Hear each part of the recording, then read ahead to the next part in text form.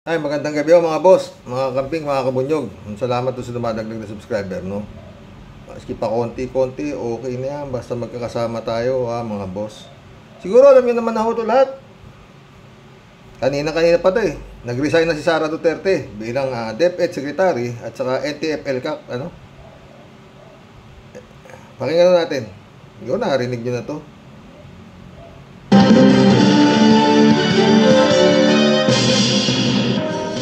Kakapasok lang na balita, nagbitiw sa gabinete ni Pangulong Bongbong Marcos si Vice President Sara Duterte. Tinanggap na rin ang pagbibitiw ni Pangulong Bongbong Marcos. Ano ba yan? Tinanggap na rin ang pagbibitiw ni Pangulong Bongbong Marcos. Tinanggap na rin ni Bongbong Marcos ang pagbibitiw ni Sara Duterte. Ba naman itong mga reporter na to? Tinanggap na rin ang pagbibitiw ni Pangulong Marcos. Gulo na. Tuloy. Kabilang sa mga binakanteng posisyon ng Vice Presidente ang Department of Education Secretary at Vice Chairperson ng NTF-ELCAC. Ayon sa Presidential Communications Office, nagpunta sa Malacanang si Duterte kaninang pasado alas 2 ng hapon para isumite ang kanyang resignation. Wala siyang sinabing dahilan. Nagpapasalamat daw ang Malacanang para sa kanyang serbisyo. Sa isang press conference, Kala ko nagpapasalamat ang Malacanang sa kanyang pagre-retiro, sa kanyang serbisyo pala. Tuloy. Nagpasalamat si Duterte sa lahat ng tumulong sa DepEd. Ang kabuang detalye tutukan mamaya sa 24 oras. Babasahin nun natin yung ibang komento rito sa ginawang pag-resign itong si Sara Duterte, no? May mga comments siyempre, di ba? Ito yung iba. Good job, Vice. Makakagalaw ka na. Pwede mo nang suportahan ang China. Go, go, go, China. Ito may isa. Wala kaming pakialam dyan. Unahin ninyong ibalita kung anong nangyayari sa teritoryo natin. Nililis lang yan ang issue. Resign na din. Salamat sa wakas. No comment. Sabi nila isa. May isa. Base sa mga comment, Madam, masaya. Ha? Madaming masaya. O, yun. Ha? Isa. Yan ang magaling. Ha? Yan, mas magaling ipalit sa DepEd, hindi yan no comment. Oh. Ayos, BP. Makagalaw ka na ng maayos. Oh. Solid DDS pa rin. Ganda ng service ng ama po, Inday. Oh. Meron pang hilo. Tama ang ginawa mo, BP. Oh. Dapat magbitiw ka na din sa pagka-Vice President. Patay tayo dyan. Thank you very much. Oh, man. Kahit di naman mag-resign, di naman nararamdaman. Oh. Tama. Oh, dapat pati na politika, magbitiw na rin kayo. Mga Duterte, no to drugs but yes to gambling. Maraming nalulong dahil sa sabong at sugal noon. Oh. Murahin ba naman ng basteng? Anyway, eto naman tong isang kolokotoy. Oh.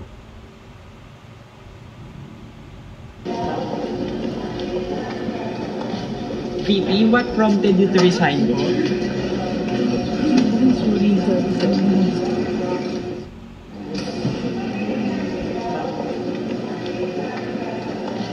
VP, what prompted you to resign? Dito ako nabubuisit eh. Ha? Anong mga VP, what prompted you to resign? O, to resign po. Para mga sungano. Hindi ko makuha. Para ano tatanungin niyo pa yun kung ba't ka nag-resign? Anong rason nag-resign? Ito ako comment tayo, no. Eh matagal lang dapat nag-resign, di ba? Matagal lang nag-iniintay ng mamamayang Pilipino ang pagre-resign nito si Sara Duterte bilang DepEd Secretary at saka ang sa paglaya sa kabinete. Bakit? Hindi naman sanay si Sara Duterte sa ganyang sa ganyang sitwasyon na nagpipigil siya ng damdamin niya. Hindi siya sanay sa ganyan. Kita nyo naman nung mayor siya, pagsasapak niya yung sheriff, di ba? Oh. Hindi siya sanay na ganyan na yung mga magulang niya, tignan mo. Minumura na nga yung bangag, adik, mag-resign ka na, lately lang, di ba? Itong si Baste, di ba? doon sa Mura Rally niya doon sa Angeles, Pampanga. O, yun na naman. Yung administrasyon na naman, si Bongbong na naman tinitira ng kapatid niya. O, ngayon tatanungin niyo bakit nag-resign si Sara Duterte? Hindi ko, katangahan na ho yan, ha. Hindi ho ano yan. Parang katangahan para sa akin, eh. Para tanungin niyo kung bakit ito nag-resign. Ha? Noon pa talaga, nagpipigil to, eh. Kay Marcos, eh.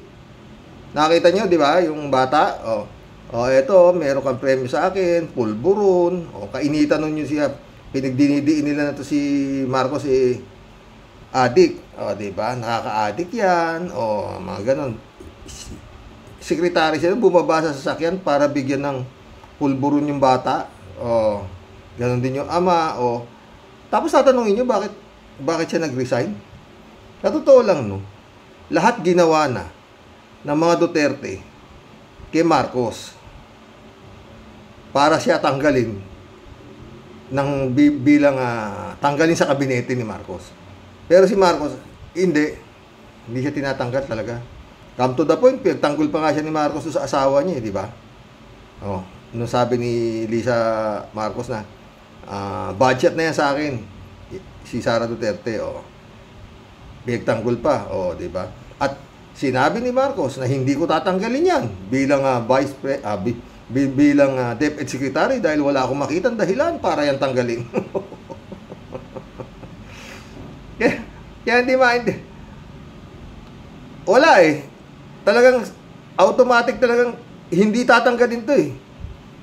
Kaya wala na siyang maantay, kundi mag-resign na lang ako, putik yan, ayaw ko tanggalin, eh. Di ba? Lahat na ginawa nila para tanggalin siya, eh. Ay talagang ayaw siya tanggalin, eh. Hindi natin alam bakit nga ganun. Ngayon, pwede na siyang gumalaw, pwede niya nang gawin lahat, magsasama na siya. Maski naman BP siya, di ba? Sumasama pa rin siya doon sa mga rally-rally para pabagsakin si Marcos. Sa Liwasan Bonifacio, 7 araw yata ron, eh. Mga zombie, di ba? BBM resign ang mga sinisigaw nila doon, di ba? Yan na yan. Hindi natin alam kung ano na ngayon ang magiging galaw nito Sara Duterte sa ginawa niyang pagre-retiro bilang cabinet member ni Marcos. Diba? Ano naman na talaga, eh. Ewan ko, pero nangunguna pa rin yata sa rating to, eh. Taragis, nabuhay. Mga friend. Wala, Yan ano dyan, mga friend. Kumisan, itong mga reporter nato, hindi ko naman hindi ko sa inaano. Kumisan, kung makapagtanong na lang, eh. Kailangan ba bang tanungin kung bakit nag-resign? Parang yung mga sasagot sa inyo. No comment, siyempre. Diba? Buti nga, hindi kayo sinabi na, tanga ka pala, eh. Alam mo lang ang oposisyon na ako ngayon, eh. Tanong ka pa. Bobo. Diba? Ganun magsalita ako minsan mga yan. Mga boss, punta natin to si Alice Go. Alice Go. Patong-patong ang kaso na isasampa ng PAOCC. Paok ba to? Alam nyo, kung titignan mo mukha nito si Alice Go, parang hindi makabasag pinggan, no? Eto siya,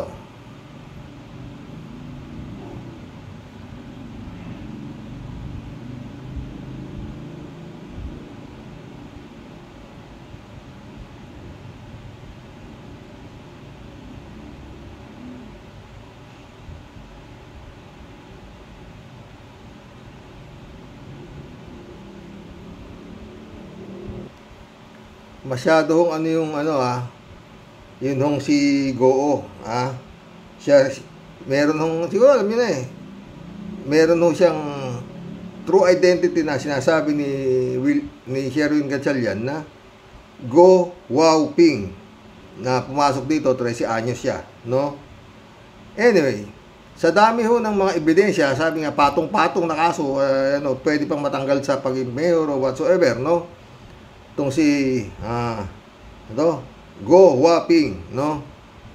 Pero matibay dito, sumulat kay To, sumulat hindi. Ito, pakinggan niyo. Tarlac. Nauna nang sinabi ng PAOK na sasampahan nila ng reklamong kriminal ang alkalde kaugnay nito. Nagpahatid ng sulat si Guo kay Executive Secretary Lucas Bersamin na siya ring chairman ng press. Hindi na mabigat eh.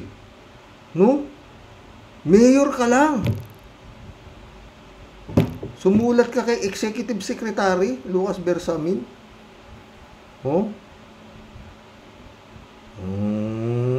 Pero ito may mga picture to kasama niya si Digong. Itong si Go Waping. O tuloy natin. Presidential Anti-Organized Crime Commission o PAOK.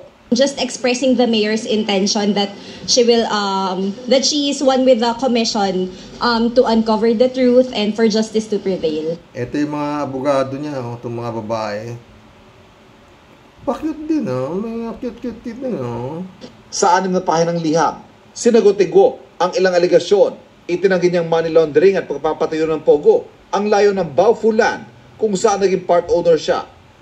Wala anyang basihan ng aligasyong simulated o pakunwari lang ang pag-divest o pagbitaw niya sa pag-aari sa kumpanya, kaya wala anyang basihang idawit siya sa anumang usapin tungkol. Lahat na sinasabi dito sa sulat kay Bersamin, kay Lucas Bersamin, lahat siya sabi, syempre tatanggi niya na walang basihan. Sa korte yung mag-uusap dito, di ba mga friend? Alam nga namang aminin ni Go Xiaoping ang aligasyon sa kanya, di ba? Pero ayon nga kay Senador Gatchalian, napakatibay ng ebidensya na ito ay panggap, no? Pero kung titignan mo yung mukha nito sa mga TikTok, mga putik yan, mukhang hindi kayang pumatay ng ipis eh. Tapos miyembro ka ng sindikato. Tuloy. Tungkol sa kumpanya, dahil inilipat na raw ang interes sa Baofu sa pamamagitan ng deed of assignment bago pa siya mahalal noong 2022. Wala na raw siyang direktang partisipasyon o pinansyal na interes sa kumpanya nang mangyari ang mga aligasyon. Hindi umano siya tumakbo para protektahan ang personal na interes sa negosyo. Iginit din niyang... Ito mga boss talagang napakaano nito eh. Pag ito lumusot, itong si Go Shopping na to, usapan na. Bakit? Sa lahat naman ng anggulo talagang to eh. Masyadong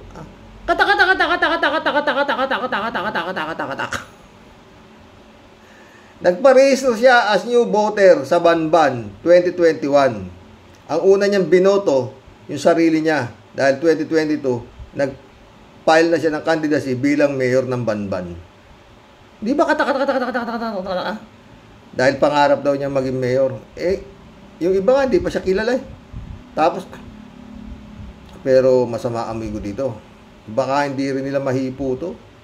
Yung kanina, pumunta lang yung mga sekretary niya, mga babae, mga abogado niya, mga babae. Yun nga, sumulat kay Bersamin na wala akong kasalanan dyan, dapat maging patas kayo. Tuloy natin. Ang kulang ang mga elemento para sabihing dawit siya sa human trafficking, kidnapping o money laundering. Iginigit din ang presumption of innocence o ang pagiging inosente hanggat walang konkretong ebidensya para patunayan ang paratang. Hindi anya porke mayor ay protektor, kasangkot o kasabwat sa mga krimen sa kanyang nasasakupan. Karaniwan ding anyang naisasagawa ang mga organisadong krimen ng patago. Hindi anya makatarong ang isakdalang isang mayor sa mga ganitong aktibidad nang walang sapat na ebidensya. Wala anya siyang direktang pakikilahok sa pang-araw-araw na operasyon ng mga gaming operator. Ang mga desisyon kaugnay nito ay saklaw umano ng ibang ahensya. Tiwala siguro na mapapatunayang wala siyang kinalaman sa mga aligasyon. Sabi naman ng PAOK, magkokomento sila kaugnay ng liham ng mayor. Palakas loob ka pa, na makakalusot ka. Oras na mapag-aralan nila ito. Ivan Mayri na nagbabalita para sa GMA Integrated News. Ay nako mga boss, ewan ko sa inyo. Basta ako, sa tibay ng ebidensyang hawak nila Senador Gatchalian at saka ni Senador Ontiveros, tsaka ang hirap nga ipaliwanag ng pagkatao na ito eh. Laki po ako sa pan. May kamukhang-kamukha niya yung Go Xiaoping na sinasabi. Na pumunta rito 13 anyos. Ang ito mga boss, kung totoong ito miyembro ng sindikato, Hindi na ho nila yan makikita. Hindi na ho nila yan mahahawakan. O, no, malamang ha, sa alamang ha, sa palagay ko lang. Oo. Kasi baka magtitilaok to eh.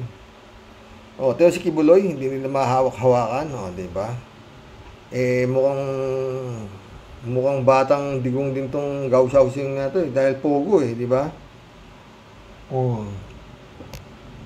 Mantakin mo yung pogo. May torture, may prostitution, nandun lang sa likod ng munisipyo ng Banban. Tsaka masyado talagang kababalaghan na lang ito pag ito lumusot. Oo. Parang si si Kibulog, oo, diba? Lahat din. Meron bang inakusahan na aamin? Siyempre tatangkin niya lahat yan, diba? At ipinipilit niya yung kanyang birth certificate. At ipinipilit niya, doon sa Go Shopping, 13 anyos, pumunta rito. Oh. Estudyante na siya. Oh. Basta wala akong yan. Pag ito nakalusot, hindi ko na alam kung anong klaseng lusot. Tsaka yun, para napakalakas mo, sumulat ka kay Lucas Bersamin. Little president na yun eh. Oo. Ha? Executive Secretary Lucas Bersamin, diba? Ewan ko, mga boss. Ang masakit dito, sana mali ako Baka mamaya sabi ni Marcos hindi ko tinatanggap ang resignation mo. Parang si Digong din nun, di ba, nagre-resign si Duque sa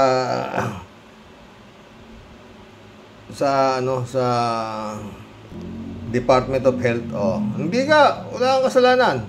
Kung magre-resign, diyan ka lang. Hindi tinanggap ni Digong yung resignation ni Duque, di ba? Pero kung darating ho sa sitwasyon na yun, hindi niya pa rin tatanggapin, baka maglipat bahay na si First Lady niya. Wala sa totoo lang mga friend, lahat ginawa na sa kanya pero hindi siya gumagalaw, di ba? Hindi nga siya sumasagot maliban na doon sinabi niya kay Duterte na yung baka tama ng fentanyl yan kasi nagpe-fentanyl yan dahil may sakit yan, mga ganon. Simpleng-simple lang yung sagot ni Bongbong. Hindi kagaya nito sila Baste na resign! Hindi maganda yung sitwasyon. Patakbo mo sa gobyerno, walang kwenta. Kala mo naman, napakagaling nila. Hindi ko pinagtatanggol si Bongbong. Kung gaya kasabi ni Ka-Percy, dito ka na. Magkulab na tayo. Kesa mabalik pa kay Duterte ang bola. Diba? Jeff Ramos na, shout out. User. Puro lang sila forma, sabi ni User. Kalat ni Baya, shout out. Greetings, Kuya Rox. God bless always. God bless, Raul Villanada. Criselda Salvador, welcome to the club. Hindi po need lumaban dahil hindi pa po natin kaya. Dapat po yung paghandaang mabuti o pagplanuhang mabuti kung kakayanin natin.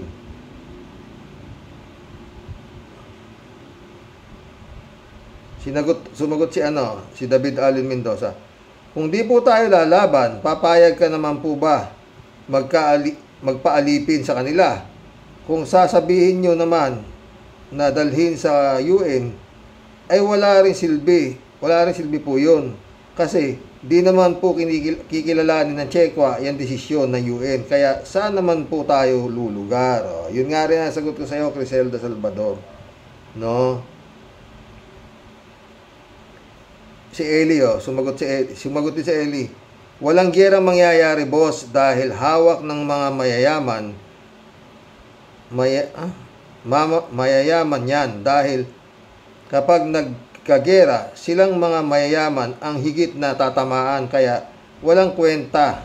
West Philippine Sea ang mga mayayaman ang may control niyan, boss, sabi ni Eli. 3JC Hope sumagot din. Tama ka naman dyan. Pero let's face the truth. Kung tayo lang talaga ang lalaban sa China, hindi tayo mananalo. Kaya nga kailangan natin ang tulong ng USA at ng mga bansang mas malakas o kasing lakas ng China. Suggestion ko nga sana na dalhin sa UN gaya ng suggestion ni Senator Hontiveros. Kiigalang o hindi ng China ang magiging desisyon ng UN, ang importante, we have a legal documents na pinaghahawakan kung worst comes to worst, tayo ay nasa tama. Di ba legal document yung hawak natin, yung panalo natin sa UNCLOS? My friend.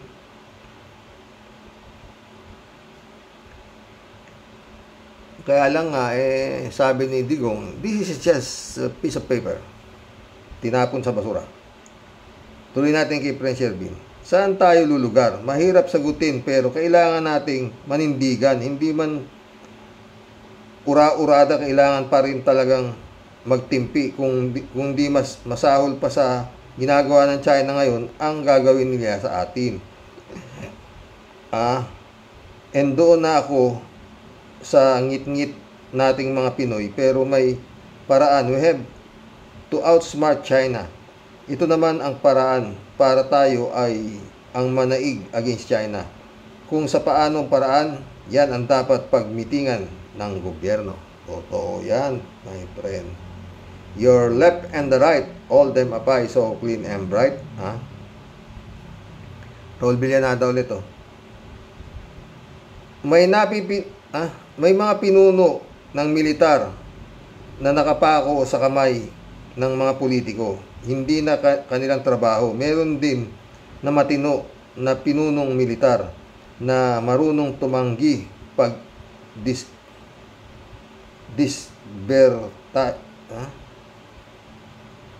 disbentahe ang tauhan at ang bansa. Ayun, inilipat ang assignment o tinanggal sa pwesto. David Allen Mendoza, yun nga diba? Pagka tatanggalin ka Tingnan yung nangyari kay Professor Ciel Magno. Professor Ciel Magno, His Excellency, nasa harapan mo ang isang magaling na profesora na pwede sigurong humawak ng pinakamalaking sangay ng gobyerno, ang DepEd. Diba? David Allen Mendoza, hello Karox. Ayan, may nasugatan na daw. Ano kaya ang gagawin ni Blenglong? Gusto niya magpresidente ng Pilipinas pero kulang sa matinong pag-iisip at pang-unawa sa mga problema ng Pilipinas.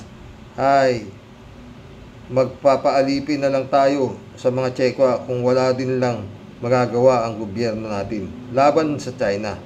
Puro salita lang naman ang presidente at AFP pero kulang sa gawa. Yun nga David paano nga? David Allen Mendoza ulit. Dagdag ko pa ko, Karox. Wala naman palang sinabi ang AFP ng Pilipinas. Dekorasyon lang pala. Sa mga Pilipino lang matatapang. Yun lang. Sang-ayon ako sa dyan. Raul Villanada. Paluin nyo man lang ng batuta.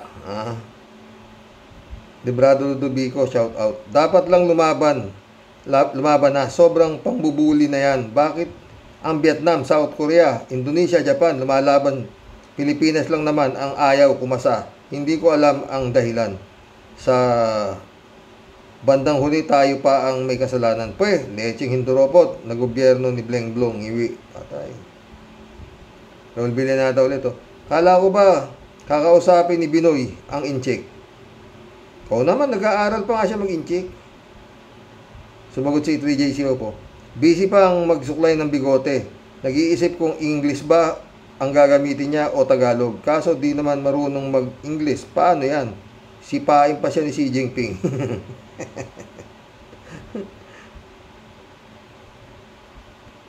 Ladies Anita, shout out. Good evening po, Sir Rox. Sa labing wife mo po at sa inyong mahal nyo na apo. Sa lahat ng mga sumusubaybay sa iyong programa, puro katotohanan at magagandang komento ng bawat isa. Stay safe always and God bless. More po, sabi niya. God bless, Ladies Anita. Ladies Anita ulit. Big liar yung Mga Chinese, mga walang ya, Pilipino pa ang pinararatangan na tayo ang may kamalian. At kung ang Pilipino ang may kasalanan, bakit mapuputulan pa ng kamay ang ating kasunduluhan kung Pilipino? Maling kasinungalingan ng mga Chinese sa ating mga kasundaluhan. Hindi kamay, daliri. Ladies Anita ulit, PBBM, kumilos o gumawa ka na lang aksyon. Sa ganyan, naputulan na ng kamay, daliri lang. Walang iya mo, Duterte shit. Malaking kasalanan mo ang lahat ng paglapastangan ng China, ang kapwa kasundaluhan natin. Ladies Anita ulit, ipakita ng ating kasunduluhan ang kanilang tapang. Lumaban na kung kailangan lumaban. Tularan ang Vietnamese. Talagang todo na lumaban para sa kanilang sariling teritoryo. Ipinakita ng Vietnamese ang kanilang tapang. Kaya ang Vietnamese ngayon hindi na pinapasok ng China. Ganun lang yun. Pag kumasa ka, hindi sila lalaban. Pero parang ganun nga yan. Pero maganda yung ni Manny Mugato. Dapat nang gamitin yung Mutual Defense Treaty. Oo, dapat talaga. Ganun. Hindi sabi ko, di ba? Dapat magpatrolya na rin yung mga Amerikano sa West Philippine Sea. Hindi yung tayo lang papatrolya doon. Dapat yung mga barko ng mga Amerikano magpatrolya na rin doon. Hindi yun ang bombahin nila ngayon. Wala naman sila magagawa dahil kaibigan natin ng Amerika, di ba? Dapat nga, tirahin na sila Ladies Anita ulit May magagawa pa naman paraan ang ating kasunduluhan kung susuporta ng ating presidente at ng mga nasa gobyerno, mga nasa oposisyon. Hindi pa huli ang lahat, basta gumawa na ng paraan ang ating gobyerno, lalo ng ating presidente. Huwag nang hintayin may mamatay. It's too late. Earlier is better. Totoo. Yung mga ito kay Bulong-Bulong Federico Mandak, shout out Hindi pa ba act of war yung ginagawa ng China? Inaagawan ng armas ang mga sundalo natin. Binangga at binutas pa yung mga rubber boat natin. Inakyat pa yung barko natin. Act of war na yan. Naputulan ng daliri yung sundalo natin, pero aantayin pa muna ni BBM na may mapatay bago siya umaksyon. Dapat yung mga sundalo lumaban na, ipagtanggol ang buhay nila. Gibo, kumilos ka na. Huwag mo nang antayin yung amo mo. Kawawa na yung mga sundalo natin. Bakit ba ayaw nilang lumapit sa United Nations? Tigilan mo na yung mga pogo na yan. Focus muna sa West Philippine Sea. Puro salita lang si Marcos. Gibo, ikaw na kumilos. Huwag mo nang antayin mamaril yung mga sundalo natin. Parang tama si Digong. Bangag nga yata yung presidente natin. Pinagtatawanan lang siya ni Duterte. Pareha silang may sapak Ito lang. Ted, shout out Ted Nung una, karaoke. At sabi rin ng Amerika na kahit na anong ari-ari ang militar ng Pilipinas at pag ito ay sadyang sinira ng China, malibang ito ay isang aksidente. Ito ay pagmumulan ng kaguluhan o giyera dahil ito ay pag-atake sa ating bansa. Pwede natin gamitin ang tulong ng ating kaalyadong bansang tulad ng Amerika. Sa huling insidenteng ito ginawa ng China, ito ay maliwanag na paglusob lalo na sa akyatin nila ang ating barko. Hindi na dapat ito pinalalagpas ng ating gobyerno. Labanan na ang mga hinayupak na inchik na ito. Lakas loob lang silang ngunit hinatuhod. Ano ba BBM? Hinatuhod din ba tayo? Gamitin mong tungkod ang mga kaalyadong bansa. Kumilos ka na. Huwag mo nang antayin pa na merong mamatay. Baka batukan ka ni Juan de la Cruz. Kita mo. Is extra literacy. Sam AJ, shout out Karox, kawawa ang Pangulo sa nangyaring dapat gamitin ng BrahMos missile yung mga Putang ng mga amoy suka. Galit si Sam. Federico Mandac ulit to. PBBM, paalala lang, baka magwala na ang military niyan. Baka kung anong gawin nila, mawala ka sa pwesto. Pinababayaan mo ang ating mga kasundaluhan na dyan lang yung atat na sa pwesto mo. Baka sa buwisit nila, iupo nila yun. Dahil nagalit na sila sa'yo. Pati supporter mo baka sumama na din. Sabi nga noon, isang Roque Warriors, prepare for the worst. Totoo. Yun talaga dapat gawin pa rin. Hope for the best and prepare for the worst. Johnny B. Good, shout out. Gandang gabi ka, Roque. Dapat umaksyon na si BBBM dyan. Huwag na niyang hintayin pang may mamatay. Dapat payagan niya ng makapasok sa US. Makapasok ang US para palayasin na itong mga Tsekwa sa teritoryo natin mismo. Tsaka dapat si Kimo sumama na pag nag-ano ng resupply mission. Dapat kasama si Kimo. Oo. Tsaka si Bato. Yan. Sumagot si Cassandra Daisy. Oh. Pinalayas na mga Amerikano ang mga mayabang na Estrada at iba pang mga senador. Kaya hayan, ang kapalit ay ang mga Chino na nananakit sa mga sundalo natin. Totoo. Sumagot na naman si 3J Siop. Sa palagay ko, hindi na rin basta-basta makaka-action ang US laban sa China kung walang direct invasion or something to that effect. Correct me if I'm wrong. No comment. Bernardo Chansing, shout out. Animal na namumuno, nag-umpisa kay Digonggong at kunwari ay may alitan sila ng mga gunggong. Madalas na harassment na ginagawa ng mga gunggong na inchik sa West Philippine Sea. BBM, hindi ka talaga pwede sa national president ng Pilipinas. Naghihintay ka ba ng maraming perang sikwatin? Yan ba ang plano mo? Ang plano nyo ni Digonggong? Kunwari, away kayo. Ipatay tayo dyan. Mukhang... Huwag ka mag-alala, Bernardo. Basta dumating ang ICC at hindi nakiki-operate itong si Blenglong, tama tayo. Di ba? Nagkukunwari lang sila, away-away siya. Di ba? Para maalis ang issue, pero ayaw niya ipadampot si Digong.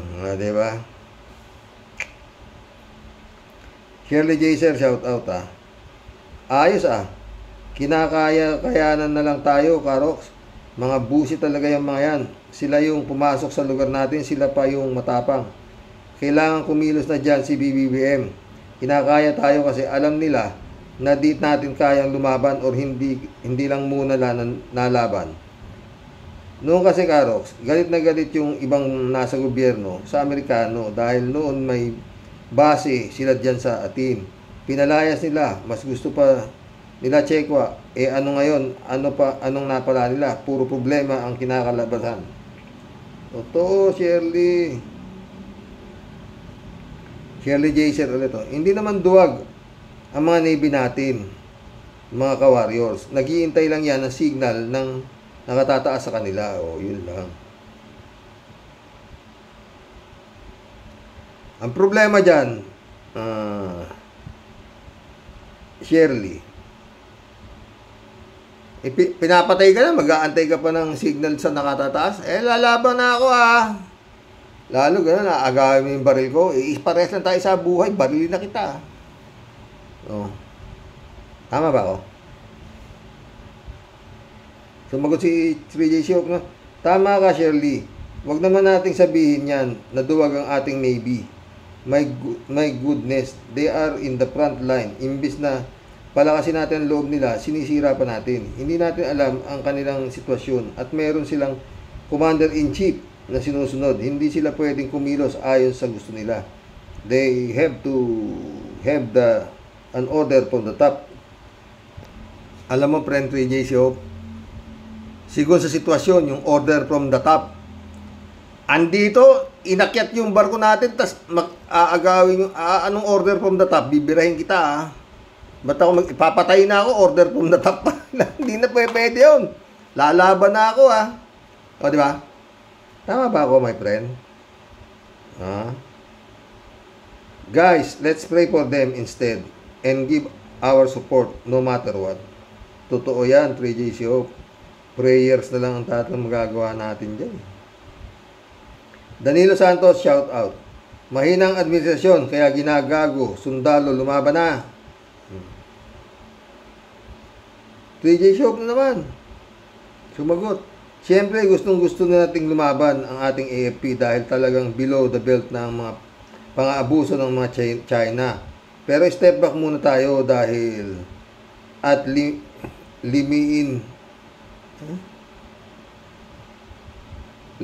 ang kalaban. Kung ang kalaban ay 30,000 at ang ating AFP ay 300 lang, di ba dapat tayong mag-isip kung anong klaseng laban ang gagawin natin upang matiyak natin mananalo tayo? Dahil ini-expose tayo ni Duterte na hindi natin kayang labanan ang China dahil higante sila. Kaya na-demoralize ang ating kasunduluhan. Imbis na bigyan ng moral support, pinalakas ni Digongyo ang loob ng China na hinayaang gawin ang magugustuhan sa atin. Kaya, ayan, abusado to the max ang China. Kasalanan ni Digong. Pero kung kala mo, napakagaling niya, no? George Orisa. Welcome to the club, George. Kawawa lang ang sundalo natin dyan. Niloloko lang kayo ng mga politiko. Kunwari lang mga yan galit sa China para makahatak ng boto. Sayang lang ang buhay ninyo. Diplomasya kailangan dyan. Pag kayo nasawi, may hirapan pang mag-claim ang pamilya ninyo ng benefits. Totoo yan, George. Rodelia Alpilor, shout out. Hello po, Karox. Ano ba gusto mangyari ni BBM? Sir, kakapikon na talaga mga tsengwa na yan. Dami nang yayari sa gobyerno ni PBBM. Alapang nang yayari, sobra na talaga ang mga Dutertaning at mga alipores niya, sir. Ingat lagi and God bless po at sa inyong may bahay. God bless, Rodelia. Kalat ni Bayaw. Isang kabayo ang dapat sa Senado. Mabuhay ka, idol. Wala na yun. Noel Tenko, shout out Karox, tingin ko, kailangan na nating humanda at talagang sa giyera na ang punta natin. Ang mahirap nasa loob na ng Pilipinas ang mga Chinese gawa ng pogo. Totoo yan, rin. Nakita pa ng uniforme, di ba? Friend Shervin Sapeda, shout out. Christian Sen, July 7 Alcantara, shout out sa inyo mga friend. Dolor Garcia, friend Amy Bingson, shout out Anak Eman Escalona, shout out. Aya Sulaiman, shout out sa inyo mga friend Jun Lagon, my friend, shout out. Sabi naman ni friend Shervin. Ayan na naman tayo sa Rox. Sobra po talaga tayong mga inutil at bugok. Lampa. At sobra pagkatanga. Puro lang dada. Pero wala pa tayong ginagawa. Beltukan lang talaga po tayo. Ano naman. Kasi nga po, Sir Rox, alam po nga ng mga taga-Buwaka nga, bunganga lang po ang bumubuga sa atin. Patay tayo. Yan lang po ang pinakamalupit pang basukan natin. Panglaban sa mga pinutukan ng mga lintik na yawang buwisit. Paanong di po tayo tatawaging sundalong kanin? At puro lang pulis patola. Saka mga hukbong gunggong na anong hukbong gunggong na pandagat? Sorry po for the words. Ayan po kasi ang palagi nating inaabot. Pinagtatawanan lang po tayo ng buong mundo dahil pumapayag lang po tayong beltukin. Pumapayag lang po tayong beltukin republic. Pero teka, nasaan po yung suklay bigote, Sir Rox? Huwag mo na hanapin yun. Baka nakipag-inuman sa kanto. Bakit di ka paganahin ang pagkaangas ng bigote mo na ungas ka, ha? Eto, binabalahura ang bayan at mga kababayan mo. Bakit pagdating sa usaping Philippine Sea, mga utal dila at mga bahagang buntot nyo na mga buwisit kayo, ha? Sige nga, mga yawang kulimaw, magsilabas nga kayo dyan sa mga lungga nyo. Puro lang kayo mga halimaw na nagtatago sa banga. Mga pinutukan lang talaga kayo ng lintik, na ubod lang ng tatapang sa mas maanghang lang ang bunganga na parang siling labuyo sa pagkuda para ipagtanggol ang mga hukbong pugot. Si Kibulok, Alice in Wondership sa mundo ng mga alagang kababuyan sa farm. Sige nga, Aber, magsama-sama kayo ng mga butanding powers, tuko, buhaya. Palagi ko, pag kayo ang humarang doon sa gitna ng karagatan at talagang umasta kayong tagapagtanggol ng kalawakan, maniniwala ako talaga, Mr. Suklay Bigote, na sulit talaga ang iyong pagiging number 1. Sino yung uungguin mo kami? Wag na toy, oy. Baka chinilasin ko pa yung uso mo na visit ka, yawak. Ayan naman si Cavite niya. Yung pa yung mga buisit.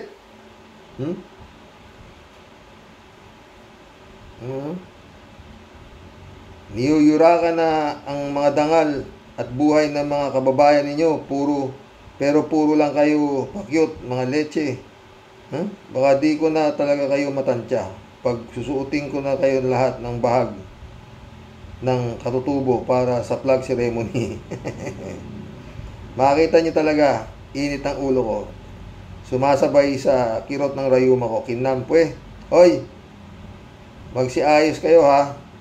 Manindigan kayo para sa bayang Pilipinas na kasalukuyang inaapi-api, dinadaguk-dagukan lang ng mga yawang waka nga. Talaga lang, Kasi nga, ang alam nila, wala tayong malupit na pangdepensa sa gera at pangtaboy sa mga umaangkin ng ating teritoryo. Mga pogi at nag-aastang mga bida points.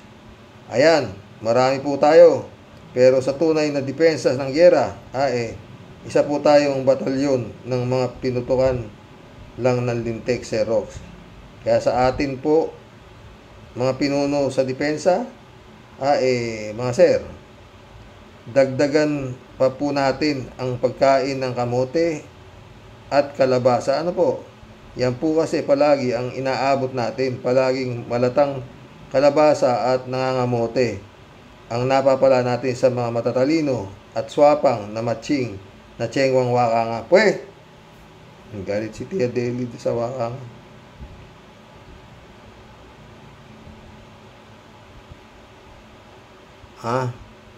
Al-Ulalia, shout out. Nakakalungkot ang nangyayari sa bansa natin. Mismanage ang gobyerno at papunta sa kawalan at laganap pa ang katiwalian at kriminalidad. Bukod sa marami ang kung tawagin mo ay zombie, Xerox, isama pa ang iba pang panatikong bubutante, ang tulong ng US at iba pang bansang may malasakit sa atin ang kailangan natin sa issue ng West Philippine Sea. Good luck and good day sa lahat. God bless. God bless, Al-Ulalia. Elizabeth Iscareo, shout out, Good morning, Xerox. Ang hirap sa China. Ang gusto nila, takutin tayo at para maangkin nila ang lugar na yan. Ayaw pa din pumalag ng ating gobyerno dahil alam niya na di natin kayang makipaggera dito. Ang tanong, hanggang kailan tayo kikilos? Binubuli at binababoy na tayo ng mga yan. Pero sobrang takot pa din ng BBM na ito. Hay, kawawang Pinoy. Billy Bona, welcome to the club. PBBM plus puro biyahe, bawal makialam, Karox. Ang mamatay ng dahil sa politiko ang mga sundalo. Ay, Jun Lagon, my friend, shout out, sabi niya.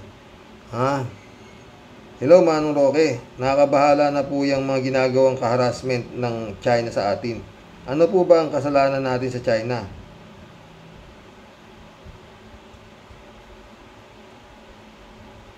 Ang kasalanan natin dyan, sobrang bait natin, yun ang kasalanan natin dyan, my friend. Sila na nga ang nangaagaw, sila pa ang may ganang manakit. Yan ang normal na galawan ng mga magnanakaw na handang pumatay pag nahuli sa akto. Sana dagdagan ng gobyerno natin ang kanilang pagtrato sa kasong ito. Dapat i-exhaust na lahat ng paraan para tigilan na tayo ng China. Tama na po ang diplomatic protest.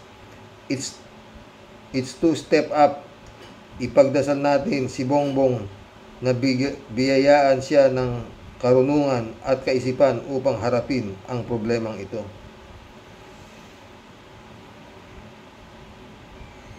Praise the Lord, my friend. Magsaysay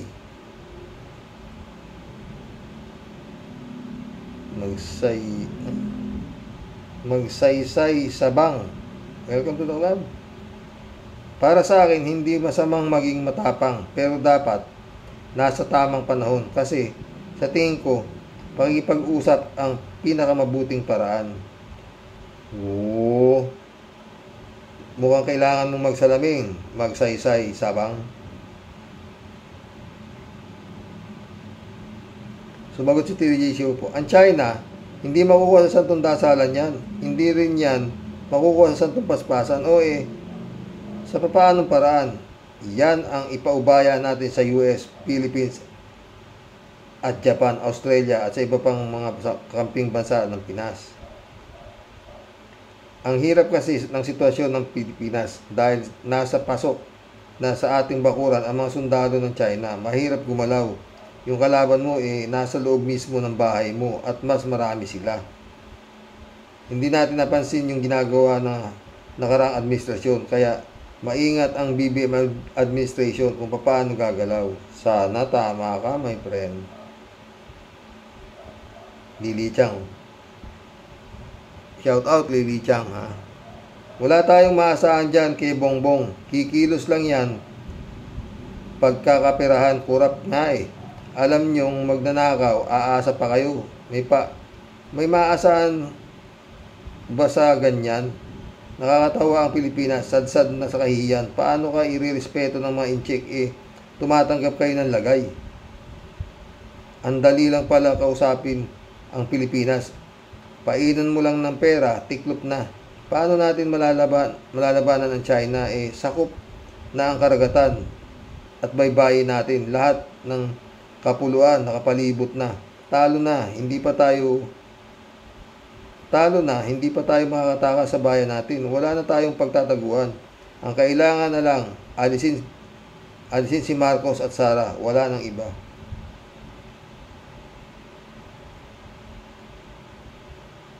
Dapat nga, sabi ko nga, kung may mabait lang, meron tag dito, yung matinong militar na graduate ng PMA. Dapat military takeover na. Ba? Wala nang eleksyon. Wala nang Senado, wala nang Kongreso.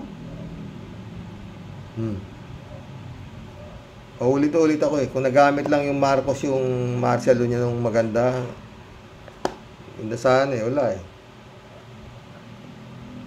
Ay, Lord. Sandra Daisy, shout out.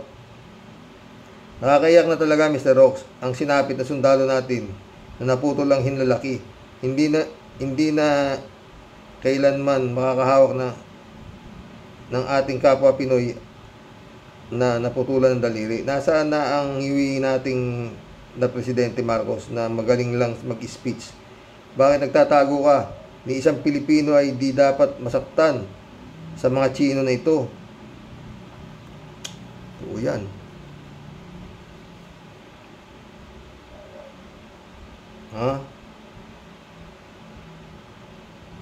Sa bagay, mga China itong smartmatic na presidente na ito. Mga jeepney natin galing China, 300 plus na Chinese Pogo, hindi niya pinapasara at ang dami pa ring made in China na bansa. Madami pa ring made yung China sa bansa natin.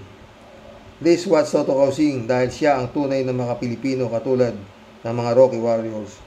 Masyadong mainit, Cassandra, si Toto. Shout out Toto Kausing, Attorney Toto Kausing. For Senator po, oo, sige na. Attorney Enzo, party list po, oo. Bunyog. Wag po natin kalimutan yung mga yan. 3JCO po, sabi niya. Hello, Sir Rox. Masaya lang itong balitang ito. Oo, hindi tama ang ginawa ng China. At ito ay talaga namang direktang pag-atake sa ating property. Kung mainitin ng ulo natin, itiyak na lalabanan natin sila. Pero hinay-hinay pa rin tayo kasi nag-level up na talaga ang pang-aabuso ng China. Kailangan talaga ng masusing plano at implementasyon na ginagawa ng China sa ginagawa ng China.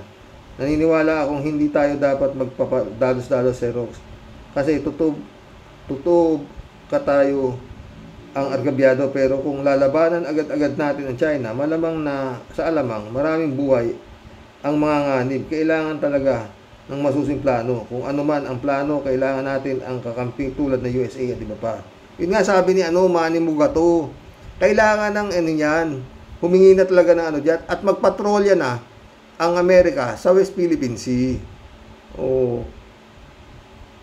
Kasabay ng mga Navy Pilipino. Tignan natin kung talagang kakanayo yung itong mga gunggong na to. Water cannon nila yung USA. Wala namang makakapigil doon dahil payag atin tong West Philippine Sea.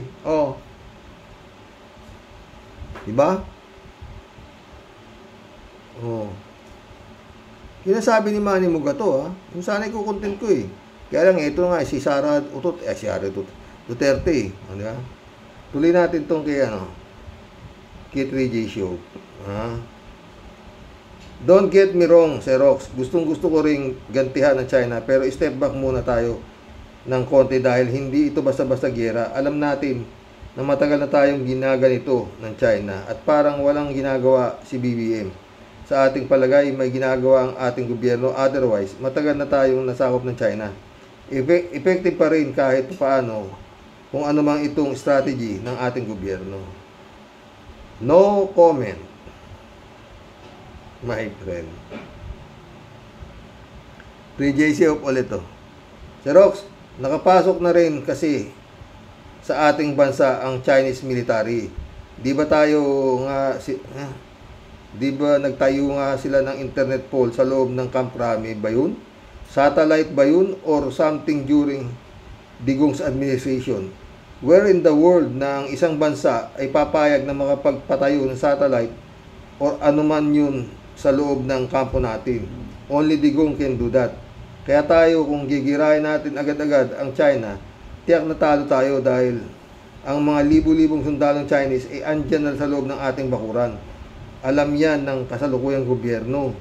Pinapasok sila ni Digong pero alam din ng US ang ating kalagayan at nag-aabang lang yan. Hindi papayag ang US na masakop tayo ng China kasi hindi lang para sa ating kapakanan kundi higit sa kanilang self-interest. Hindi makakapayag ang US na maisahan sila ng China. Totoo yan, my friend.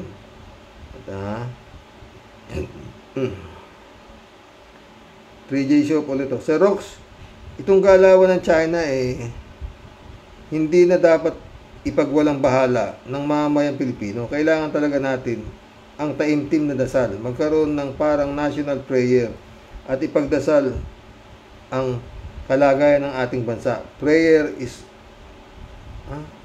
our most powerful weapon against China. Sang-ayon ako sa iyo dyan, my friend. Dapat tanggalin yung Chinese embassy rito Putik yan, wala silbi yan. 3J Show ulit. Sir Rox, ibang usapan na kung ang China at ang sasampa sa ating barkong nasa West Philippine Sea. Kasi nga sabi ng mga eksperto, kung ganito ang gagawin ng China, it's it is an actual declaration of war. Kasi it is a form of actual invasion. Diyan nasasaklolo US. At napakapangit ng sitwasyon yan nang hanggat may iwasan ay iwasan natin. We really need a sincere prayer for God to intervene for US. Totoo.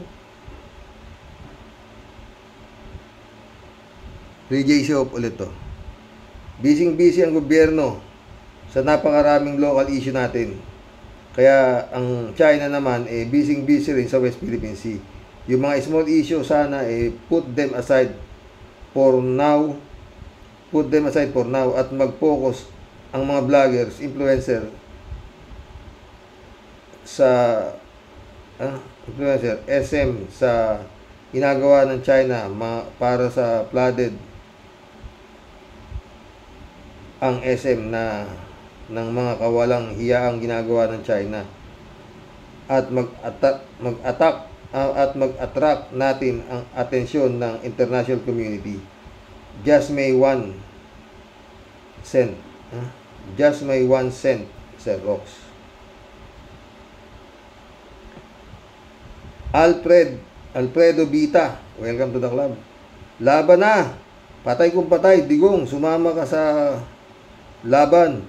Pakita mong laban ka sa China. Hindi pwede, kampingan ng China. Marilo Pabianak, shout out Good day po, Tay, at sa mga ka-warriors. Bagamat hindi maganda ang sitwasyon sa West Philippine Sea, masyado kasing nagpaubaya ang nakarang administrasyon bukod pa sa may kasamang limpak na salapi, panuhol sa mga makapili. Sa ngayon, dapat na din mag-aksyon ang may matapang na mensahe laban sa China. Hindi na pwede ang diplomatic protest. Hindi nila makuha sa santong dasalan, kaya dapat matapang na manindigan ang gobyerno natin para sa ating sariling karapatan. Walk the talk, action your talks, Mr. President, before it's too late. Sa ngayon, nasaktan ng Navy. What's next? Lord, huwag mo po kaming pababayaan sa aming bansang Pilipinas. Amen, my friend. Dita Alambat, shout out. Umpaw ko yata, di ko alam spelling ng heart sa heart. Apelyido niya yun, Umpaw ko. May-ari sila ng antahan, Dario Fiesta. Ano to? Amado Galang, shout out. Kapag inakyat na ang bangka nyo, ibig sabihin, kakatayin na kayo. Kaya, may armas nga, wala ng silbi, special force pa naman ang mga Philippine sailor. Kung ako ang nasa lugar nila, kahit matanggal ako sa serbisyo, basta may pagtanggol ang bangka ng